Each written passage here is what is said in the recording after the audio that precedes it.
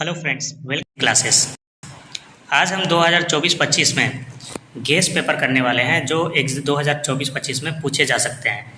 तो ये हिस्ट्री का क्लास है, क्लास 11 के लिए है और ये टोटल ऑब्जेक्टिव है, एमसीक्यू है, 40 मार्क्स के हैं, जिसमें से मैं आज करने वाला हूँ सेट 1।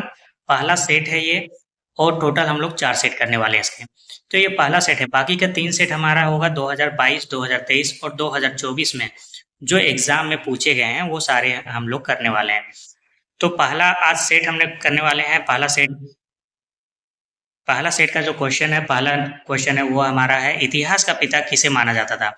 तो जितने भी यहाँ पर क्वेश्चन है उसमें 4 ऑप्शन देखने के लिए मिलेंगे। इसमें भी आपको 4 ऑप्शन है, जैसे कि अरस्तु, हेरोडोटस और हिकेट्स, और नंबर डी में है कोपरनिकस। तो हमारा जो राइट आंसर हो जाएगा वो होगा ऑप्शन नंबर बी, हेरोडोटस।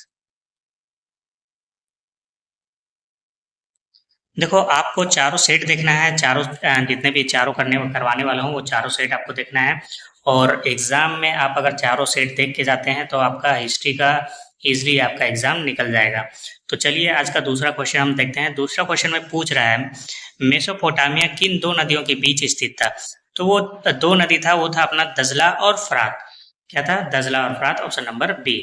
देखो यहाँ पर मैं क्वेश्चन जल्दी हो जाए इजली अपना सारा क्वेश्चन 40 क्वेश्चन अटेम्प्ट कर लें, इसलिए मैं चारों ऑप्शन पढ़ने के बजाय मैं डायरेक्ट आंसर आपको बता दूंगा, ताकि क्या है इससे हमारा टाइम थोड़ा सा बचे। क्वेश्चन नंबर जो 3 है, क्वेश्चन नंबर 3 में हमसे पूछा जा रहा है, हजरत मोहम्मद का जन्म कब हुआ था। देखो, पहला क्वेश्चन तो आपसे ये पूछ देगा कि कब हुआ था, दूसरा क्या पूछेगा कि कहाँ हुआ था।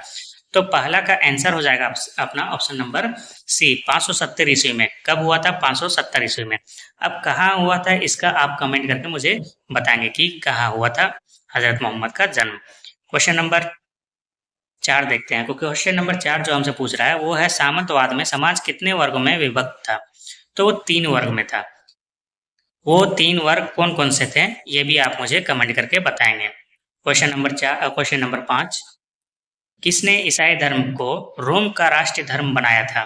तो वो था अपना कॉन्स्टेंटाइन, ऑप्शन नंबर सी।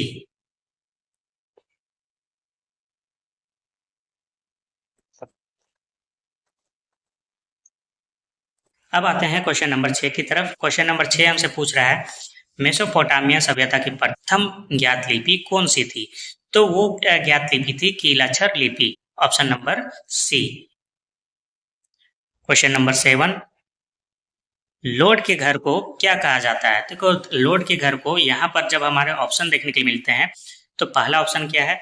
5 है, दूसरा मेनर है, तीसरा एबे है और चौथा नाइट है। तो आप यहाँ पर चर्च ढूंढ रहे होंगे। क्या ढूंढ रहे होंगे? चर्च, जो कि यहाँ देखने के लिए नहीं मिल रहा है। अगर चर्च आपको नजर नहीं मिल रहा है तो हम मेनर यहाँ पर ऑप्शन में टिक करेंगे। क्या टिक करेंगे? मेनर।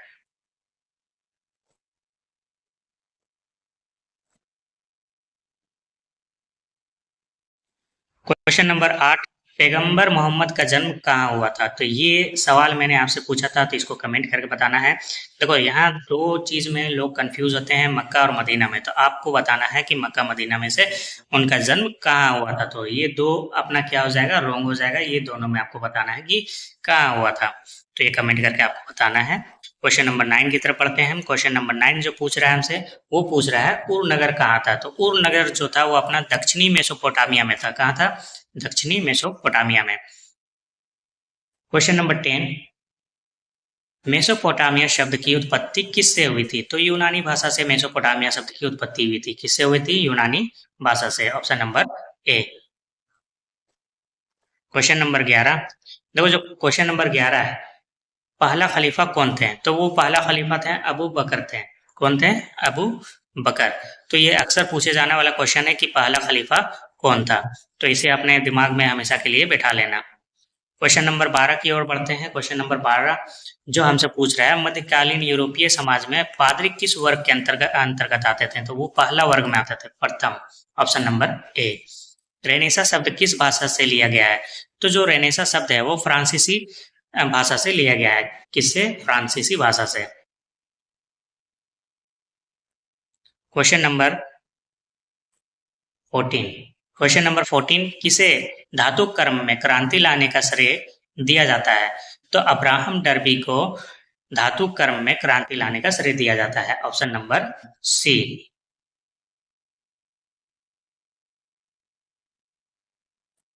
क्वेश्चन नंबर 15, तुर्कों ने किस वर्ष कुस्तुनतुनिया पर विजय प्राप्त किया था? तो वो वर्ष था अपना 1453 ईस्वी। कब था? 1453 ईस्वी। Option number C. Question number 16, चीन में गणतंत्र की स्थापना किसने की थी? तो जो गणतंत्र की स्थापना किया था उसका नाम था डॉक्टर सन यात Sen. Option number D.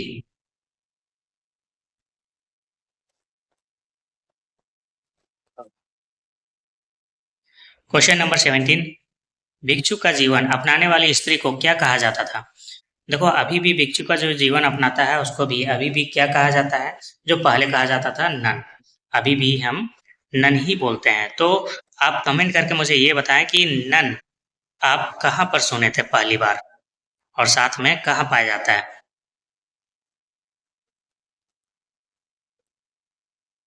Question number 18, जो क्वेश्चन नंबर 18 है वो है पृथ्वी अपनी धुरी पर घूमती है, यह सिद्धांत किसने प्रतिपादित किया था? तो पृथ्वी अपनी धुरी पर घूमती है यह सिद्धांत दिया था कोपरनिकस ने। किसने दिया था? कोपरनिकस ने। Option number A. Question number 19 देखते हैं। क्वेश्चन नंबर 19 जो हमसे पूछ रहा है वो है एम्फोरा क्या है? तो एम्फोरा वो है एक मटका। क्या है? मटका।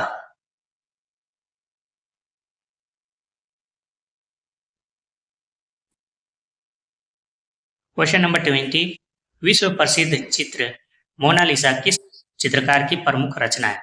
तो मोनालिसा चित्र के बारे में आप लोग कभी काफी सुने होंगे, साथ में अक्सर टीवी में, मूवी में आपको देखने के लिए मिल जाएगा। साथ में बुक आप जब पढ़ोगे तो मोनालिसा का चित्र भी वहां देखने के लिए मिलेगा। तो मोनालिसा का चित्र का प्रमुख रचना लियोनार्डो दा विंची था। Option number C.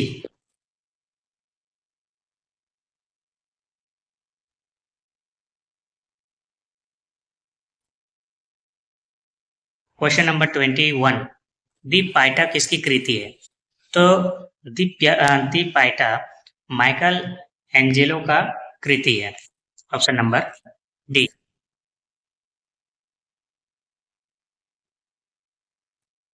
Question number 22, धर्म सुधार आंदोलन के प्रमुख नेता कौन थे? तो धर्म सुधार आंदोलन का प्रमुख नेता जो था वो था Martin Luther. Option number B.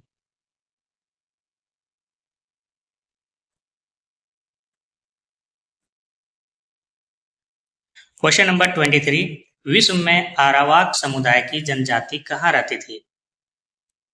तो ये रहती थी कैरेबियन द्वीप समूह में। कहाँ रहती थी? कैरेबियन द्वीप समूह में। Option number B.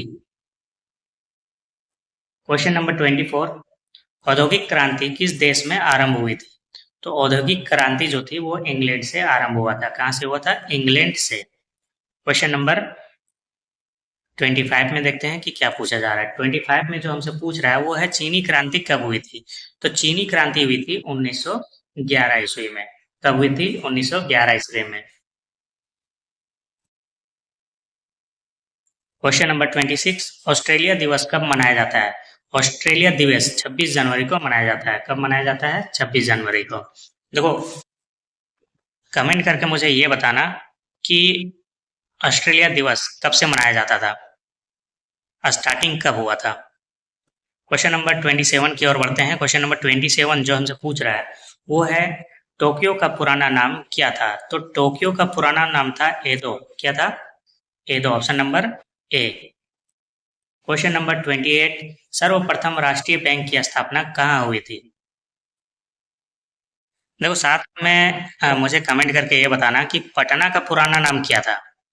जो बिहार में पटना है उसका पुराना नाम क्या था? आप कमेंट करके मुझे बताना। चलिए क्वेश्चन नंबर 28 के और बढ़ते हैं। सर्वप्रथम राष्ट्रीय बैंक की स्थापना कहाँ हुई थी? वो हुई थी इंग्लैंड में। कहाँ हुई थी? इंग्लैंड। Option number B. साथ ही क्वेश्चन नंबर 29 देखते हैं। क्वेश्चन नंबर 29 जो हमसे पूछ रहा है वो निम्नलिखित में से किस नगर से वारका शीट्स मिला था? मिला है वो है उरुक। क्या है? Uruk. Option number B.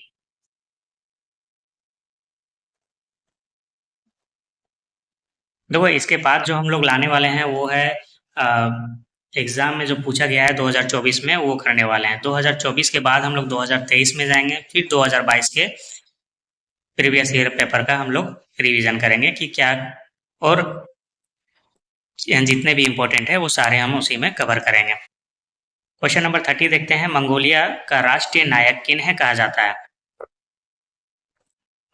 Genghis खां को मंगोलिया के राष्ट्रीय नायक कहा जाता है। Option number B. Question number 31, घटना के कालीक्रम को क्या कहा जाता है? घटना के कालीक्रम को इतिवृत्त कहा जाता है। Option number D.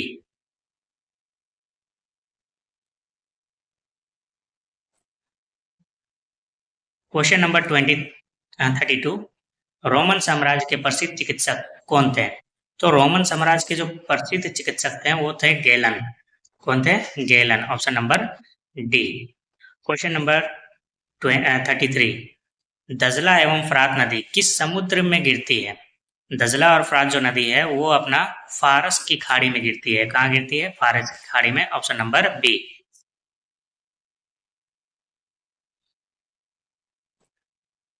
Question number 34, America ने किस वर्ष जापान पर परमाणु बम गिराया था? तो जापान पर परमाणु बम गिराया था ये आपको पता ही होगा, और कितनी बड़ी हादसा हुआ था ये भी आपको मालूम होगा। तो वो जब गिराया था वो था 1945 ईस्वी। कब था? 1945 ईस्वी। क्वेश्चन नंबर 35, दूरबीन का आविष्कार किसने किया? दूरबीन का आविष्कार जो किया था वो था गैलीलियो ने। किसने किया था? गैलीलियो ने।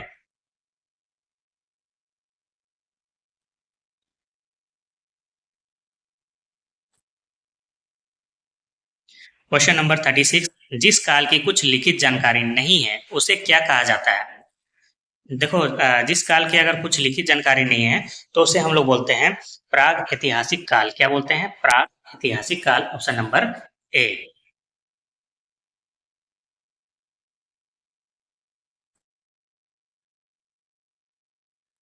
क्वेश्चन नंबर 37, मानव के उद्भव विकास से संबंधित सिद्धांत का प्रतिपादन किसने किया था? वो था अपना Charles Darwin. Option number C.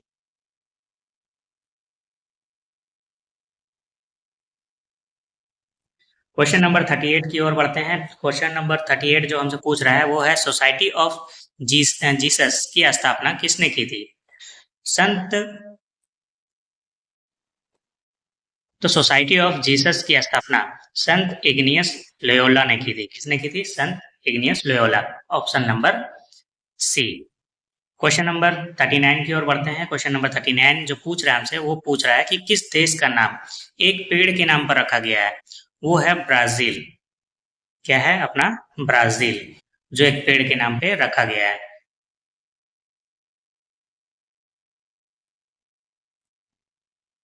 Question number 40, आज का जो लास्ट क्वेश्चन है वो है क्वेश्चन नंबर 40, जो पूछ रहा है हमसे, इस्लाम में हिजरी किस घटना को कहा जाता है?